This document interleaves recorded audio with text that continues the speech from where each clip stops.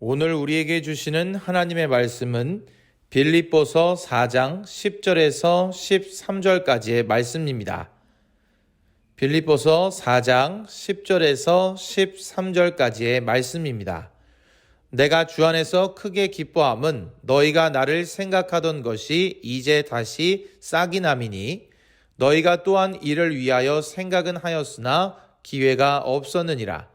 내가 궁핍함으로 말하는 것이 아니니라. 어떠한 형편에든지 나는 자족하기를 배웠노니 나는 비천에 처할 줄도 알고 풍부에 처할 줄도 알아.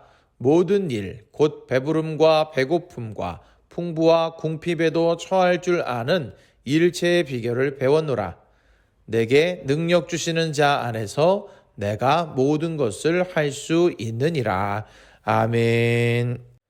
샬롬. 오늘도 하나님의 사랑 안에서 기쁘고 행복하게 살아가는 우리 모두가 되기를 소망합니다. 오늘 함께 살펴본 말씀은 바울이 빌립보 교회의 성도들을 향하여 썼던 편지의 내용 중 일부입니다. 빌립보서는 바울이 쓴 대표적인 옥중서신 가운데 하나입니다. 우리가 이 편지를 이해하기 위해서는 빌립보 지역과 그 교회, 그리고 바울과 빌립보 교회 성도들과의 관계를 알아둘 필요가 있습니다. 먼저 빌립보 지역에 대해서 알아야 하는데, 당시 빌립보는 로마의 군사적인 전초 기지 역할을 하는 유럽과 아시아를 연결하는 중요한 통로 중에 하나였습니다. 이 때문에 전략적으로 마게도냐 지방의 제일로 꼽히는 곳이었습니다. 이 당시 빌립보에는 여러 인종이 모여 살았고 여러 가지 철학과 종교가 성행하기도 했습니다. 그리고 빌립보 시민들에게는 로마의 시민권이 주어졌으며 이로 인해 로마인으로서의 권리를 누릴 수 있었습니다. 이러한 빌립보는 바울이 2차 전도 여행 중에 아시아를 넘어 도착한 유럽의 첫 번째 관문이었습니다. 바울은 이곳에서 자색 옷감 장사 루디아를 만났고 점치는 여종을 고쳐주었으며 간수의 가족에게 복음을 전하기도 하였습니다. 이들 모두는 바울을 만나 복음을 전해 듣고는 변화되었고 빌립보 교회가 세워지게 됩니다. 처음에는 소수의 사람들과 함께 루디아의 집에서 교회가 시작되었지만 바울에 대해 특별한 애착을 가지고 열심을 다해 사역에 동참하였습니다. 그래서인지 빌립보 교회의 성도들은 바울과 매우 끈끈한 관계를 유지하고 있었습니다. 이들은 넉넉하지 못한 형편 속에서도 수차례나 바울의 궁핍한 형편을 돕기 위해 헌물을 보내주었습니다. 그리고 바울과 함께 고난을 받을 만큼 아름다운 믿음을 보여준 교회와 성도들이었습니다. 바울은 그들의 사랑을 받고 그들을 위해 더욱 기도하며 그들이 예수님 안에서 올바로 세워져 가기를 바라는 귀한 관계였습니다. 그러던 중 바울은 옥에 갇히게 되고 이 소식을 들은 빌립보 교회의 성도들은 헌금을 모아 목회자인 에바브로디도의 편에 보내게 됩니다. 그렇게 찾아온 에바브로디도를 통하여 바울은 빌립보 교회의 사정을 듣게 되죠. 교회 안에서 두 여인을 중심으로 분열이 되었고 유대주의자들의 분쟁이 있었으며 핍박에 대한 불안과 잘못된 신앙의 문제 등이 있었습니다. 이에 바울은 그들을 위해 편지를 써서 보내는데 그것이 빌립보서입니다. 바울은 빌립보서를 통해 분열이 아닌 화합을 이루며 삶의 모범을 보이신 그리스도를 따라서 살아가는 성도들에게 복음에 합당한 삶을 살도록 권면하고 있습니다. 또한 하나님을 통해 의롭게 됨을 받은 이들이 무엇을 바라보며 살아가야 할지를 생각하게 합니다. 당시 로마의 시민권을 가지고 그것을 자랑스러워했던 이들에게 자신이 가졌던 출신과 배경, 경험과 지식 등을 설명하며 그것보다 더 귀한 것이 예수님을 아는 것이라 말하고 있습니다. 그리고 자신이 처한 상황을 알려주면서도 그 가운데서 자신이 기쁘게 생활하고 있음을 빌립보 교회의 성도들에게 상기시켜주고 있습니다. 그리고 끝으로는 성도들을 향한 감사로 편지를 마무리하고 있습니다. 특별히 오늘의 본문에서 바울은 그리스도인으로서 살아가는 자신의 삶의 비결을 밝히고 있습니다. 먼저 바울은 11절에서 자신이 어떠한 형편에든지 자족하는 방법을 배웠다고 기록하고 있습니다. 자족이란 스스로 넉넉함을 느끼고 스스로 만족하게 여기는 자세로 신앙적 측면에서의 자족은 모든 일과 상황에서 하나님의 섭리를 깨닫는 사람만이 할 수 있습니다. 아, 이것도 하나님의 계획이구나. 하나님께서는 다 생각이 있으실 거야. 등의 긍정적인 태도로 이 일들을 받아들이는 것입니다. 그래서 바울은 디모데전서 6장 6절에서 8절에 이렇게 기록하고 있습니다. 그러나 자족하는 마음이 있으면 경건은 큰 이익이 되느니라. 우리가 세상에 아무것도 가지고 온 것이 없음에 또한 아무것도 가지고 가지 못하리니 우리가 먹을 것과 입을 것이 있은즉 족한 줄로 알 것이니라. 아멘. 그는 이렇게 자족을 하면 경건 생활에 이익이 된다고 기록하기도 했습니다. 그렇다면 바울이 자족할 수 있었던 것은 무엇 때문이었을까요? 오늘의 본문 12절에 그 내용이 기록되어 있습니다. 함께 읽어보겠습니다. 나는 비천에 처할 줄도 알고 풍부에 처할 줄도 알아 모든 일, 곧 배부름과 배고픔과 풍부와 궁핍에도 처할 줄 아는 일체의 비결을 배웠노라. 아멘. 그렇습니다. 바울은 풍족함과 부족함, 배부름과 배고픔 등 많은 상황을 경험함을 통하여서 어느 상황에서도 마음을 지키며 그 상황을 견디어낼 수 있게 된 것입니다. 우리가 흔히 쓰는 말로 산전수전을 다 겪은 셈입니다. 어쩌면 바울이 고린도후서 11장에서 말한 내용이 그러한 자족을 배울 수 있었던 환경들이었을 것입니다.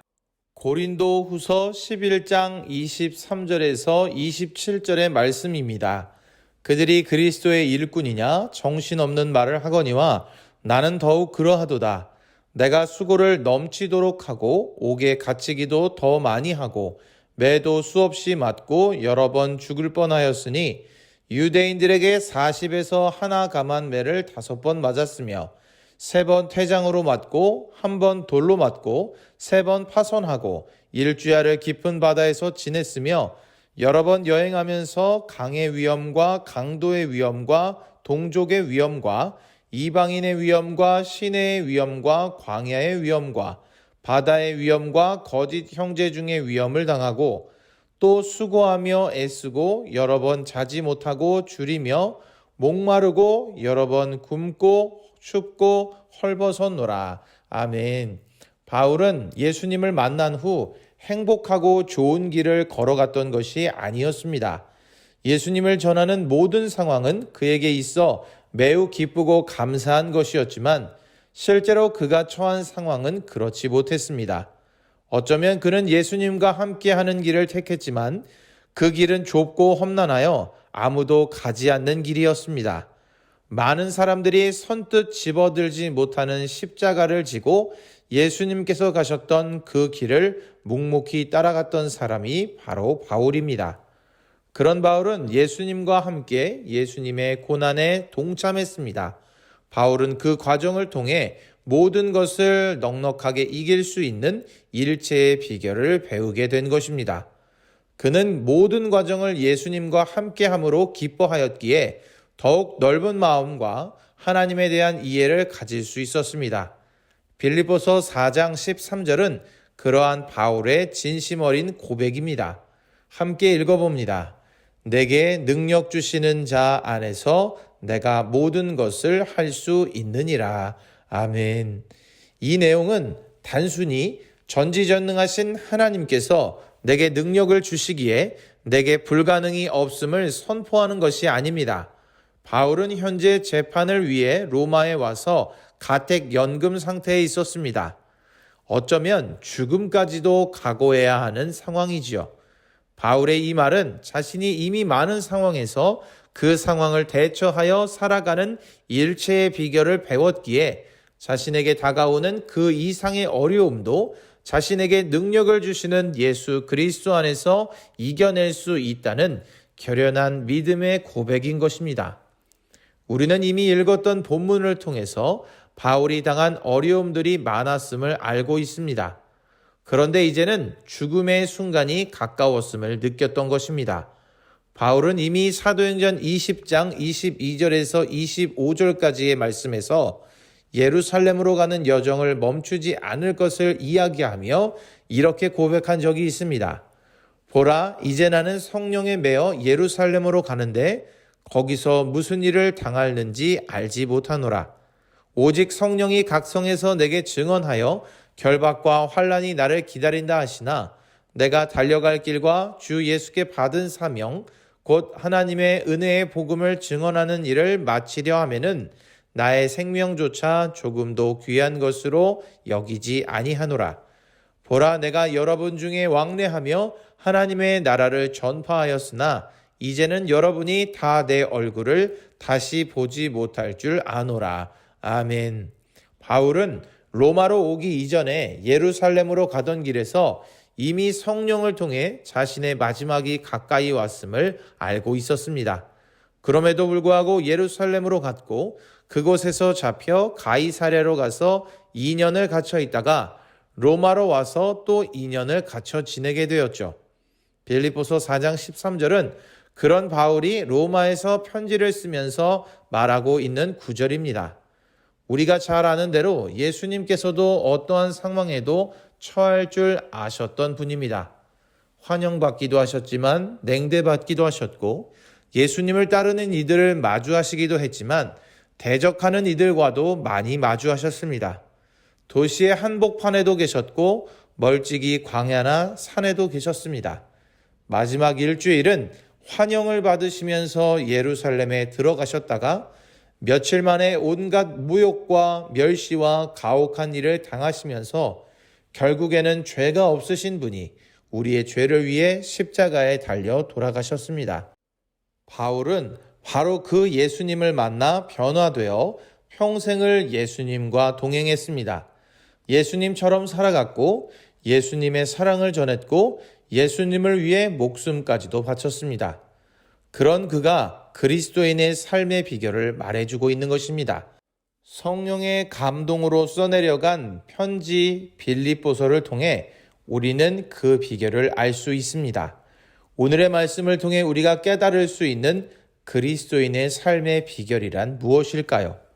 그것은 바로 예수님 안에서 살아가는 것입니다. 다르게 말하면 예수님과 동행하는 것입니다.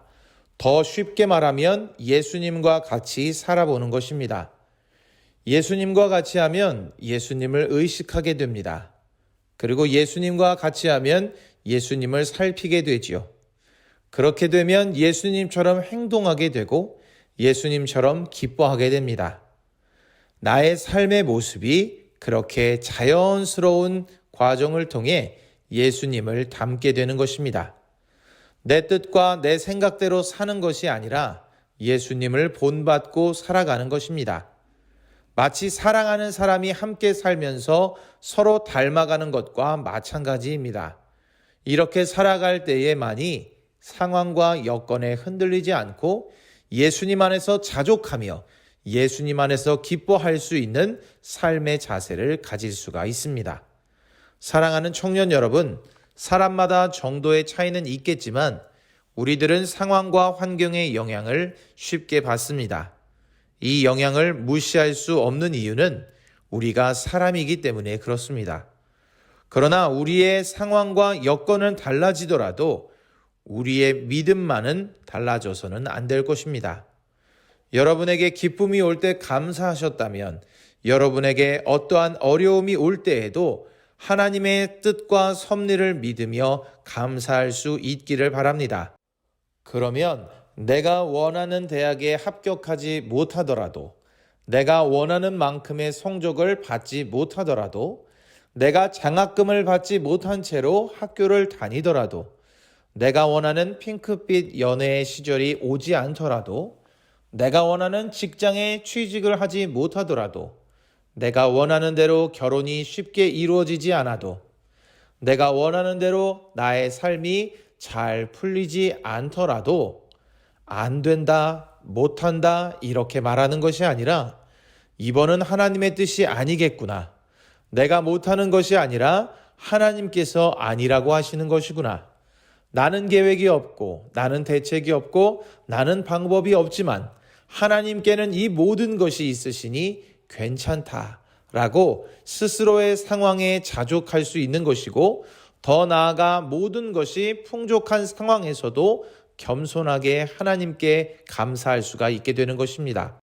사랑하는 청년 여러분, 부디 우리 사강교회 청년들은 이러한 경험을 통해 하나님께서 주시는 삶을 아름답게 살아가는 일체의 비결을 배우고 어떠한 상황에서나 기쁨과 감사를 잃어버리지 않는 자족의 삶을 살아갈 수 있기를 바랍니다. 또한 바라기는 여러분이 바울처럼 일체의 비결을 배워 어떠한 순간에도 하나님께서 주시는 기쁨을 빼앗기지 않고 예수님 안에서 승리할 수 있기를 바랍니다. 그렇게 살아가며 승리하는 사랑하는 우리 청년들이 되기를 주님의 이름으로 간절히 축원합니다.